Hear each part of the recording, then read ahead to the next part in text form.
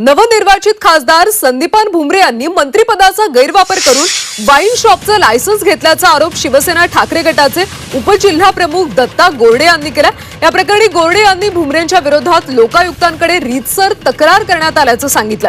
तसंच सुप्रीम कोर्टात याचिका दाखल करणार असल्याचं देखील म्हटलंय। दत्ता गोरडे हे पैठणचे माजी नगराध्यक्ष असून शिवसेना उद्धव बाळासाहेब ठाकरे पक्षाचे नेते आहेत।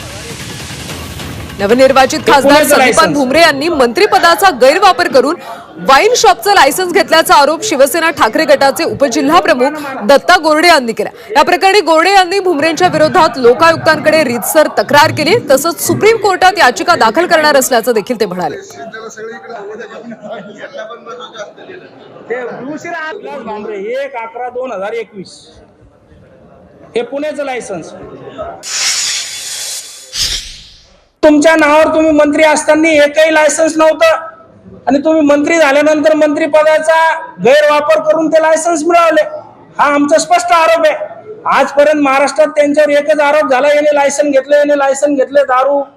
अरे पण त्या कशाने घेतले, घेता येतात का, नाही घेता येत का? त्यामुळे आपण आज या खुलाशासाठी आणि माझ्याकडे जी माहिती मला ज्यावेळेस पुराव्यानिशी मिळाली त्यावेळेस मी आज पत्रकार परिषद घेतो।